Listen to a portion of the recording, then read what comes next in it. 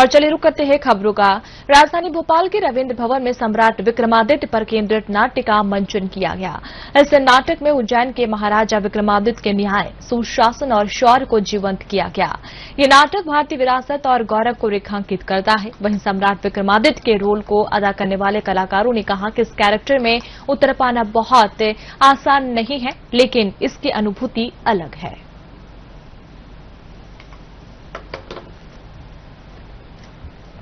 तो मध्य प्रदेश के मुख्यमंत्री डॉक्टर मोहन यादव इसी मंच पर थे और सामने बैठकर उन्होंने नाट्य मंचन देखा।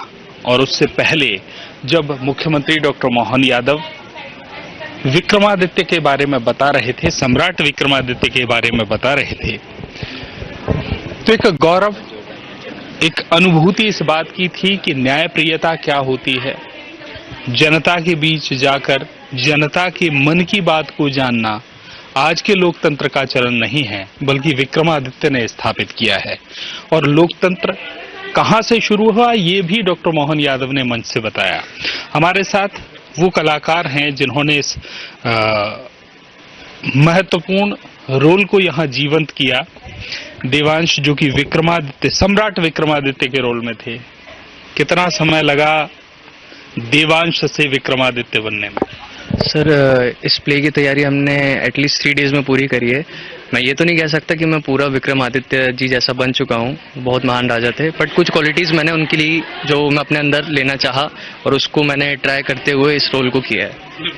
चूंकि एक बड़ा पर्दा, एक नाटक का मंच, दोनों में बहुत भेद है। बड़े पर्दे का कलाकार बड़े कंपटीशन में होता है, सुबह चोर बना है तो शाम को सिपाही बना है, लेकिन एक नाट्य विद्यालय का जो विद्यार्थी है या नाट्य मंचन का जो विद्यार्थी है वो उस कैरेक्टर को जीता है।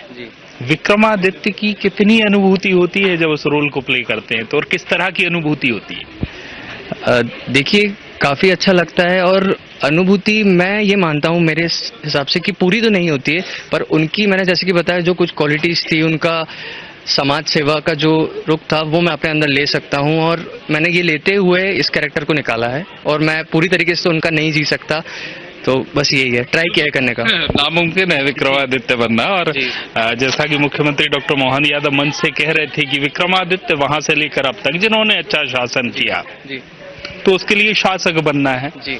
और न्यायप्रियता दिखनी चाहिए।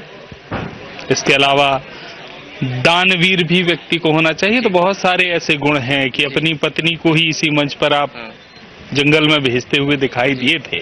तो ये साहस, इस तरह की न्यायप्रियता अब तो दिखना थोड़ा सा जटिल हो जाता है।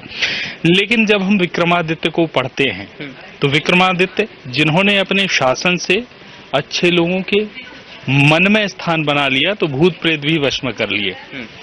वो किस्सा सुनाए और वापस चला जाए उत्तर मिलने के बाद, उसको आपने पढ़ा भी होगा। विक्रमादित्य कैसे लगते हैं और आज जो व्यवस्था है उस व्यवस्था से कैसे उसे जोड़ पाते हैं? मैं ये समझता हूँ कि उन जैसा साधारण और किसी के ऊपर सबको एक समान देखने वाले इंसान तो आज के टाइम पे बहुत ही कम मिलेंगे जो कि वो थे। तो मेरा ये मानना है कि जिस टाइप के वो थे, उनने जनता की मदद भी करी है, जनता को सही दिशा में आगे पहुंचाया भी है। तो आज के वक्त पे थोड़ा सा मुश्किल है क्योंकि सब अपनी लाइफ में थोड़ा थोड़ा बिजी हो गए हैं, तो समाज सेवा का लोग बहुत कम सोचते हैं, अपना ज़्यादा सोचते हैं कि हमारी सेवा कर लें। तो विक्रमादित्य जी ने जो किया है वो आज के टाइम पे थोड़ा मुश्किल है करना। बिल्कुल। तो लोकतंत्र स्थापित किया, लोकतंत्र के मूल्यों की तरफ मन से बात भी होती है। मध्य प्रदेश के मुख्यमंत्री डॉक्टर मोहन यादव प्रयास भी पूरी तरह से यही करते हैं कि वो भी न्याय कर सके। लेकिन आज जो मध्य प्रदेश के 55 जिलों में दृश्य दिखा, वो मध्य प्रदेश की जनता तक हमारी गौरवशाली विरासत को पहुंचाने का ही प्रयास था और उसमें सरकार और संस्कृति विभाग मध्य प्रदेश का सफल भी रहा। कैमरामैन आदर्श चौधरी के साथ हित किशोर शर्मा।